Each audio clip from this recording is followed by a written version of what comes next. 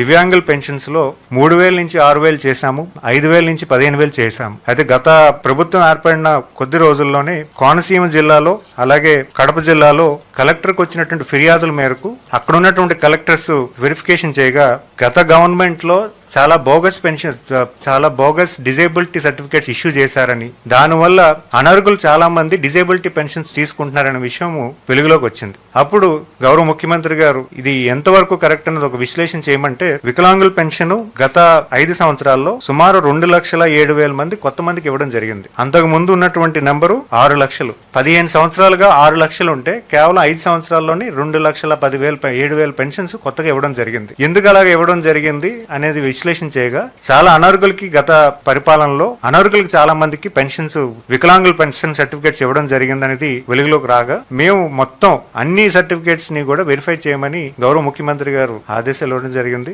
చాలా పారదర్శకంగా, అంటే ఎవరైతే హెల్త్ పెన్షన్స్ ఉన్నాయో వాళ్ళ ఇంటికి డాక్టర్ వెళ్లి వెరిఫికేషన్ చేయడం జరిగింది. ఎందుకంటే 9 months ప్రాసెస్ ఇది, ఈ రోజు చేసింది కాదు. సుమారు 9 నెలలుగా దీని ప్రాసెస్ ఇనిషియేట్ చేశారు. ఎక్కడా కూడా అధికారులకి గాబరా పెట్టలేదు, లేకపోతే అధికారులకి ప్రెజర్ పెట్టలేదు. చాలా పారదర్శకంగా, చాలా ట్రాన్స్పరెంట్ గా చెప్పడం జరిగింది. ముందుగా ఈ వికలాంగులకి పలానా రోజు ఇక్కడ వెరిఫికేషన్ కి మీకు స్లాట్ ఓపెన్ చేశాము, ఆ స్లాట్ కి మీరు అటెండ్ అవ్వాలని వాళ్ళకి రిక్వెస్ట్ చేశాము. ఆ స్లాట్ నిమిత్తమే ఆ రోజు వికలాంగులు ఎవరైతే ఉన్నారో వాళ్ళు కూడా వెళ్ళి వెరిఫికేషన్ చేసుకోవడం జరిగింది. ఈ వెరిఫికేషన్ ప్రాసెస్ అంతా కూడా సుమారు 7,95,000 మందికి రీవెరిఫికేషన్ లో 5,50,000 మందికి సుమారుగా రీవెరిఫికేషన్ ప్రాసెస్ కంప్లీట్ అయింది. ఈ 5,55,000లో ఉన్నటువంటి సర్టిఫికేట్స్ అన్ని కూడా ఈ రోజు అప్లోడ్ అయ్యి అందులో ఇనెలిజిబుల్ ఎవరైనా ఉంటే వాళ్ళకి కొంత నోటీస్ ఇవ్వడం జరిగింది. అందులో కొన్ని టెంపరరీ సర్టిఫికేట్స్ లోకి కన్వర్ట్ అయ్యాయి. అంటే గతంలో మనకి ప్రాసెస్ లేకపోవడం వల్ల, అంటే సర్టిఫికేట్స్ అనేవి కొన్ని మాన్యువల్ సర్టిఫికేట్స్ కూడా ఉన్నాయి గతంలో. యాక్చువల్ గా డిజేబిలిటీ యాక్ట్ అనేది 2016లో వచ్చింది. అది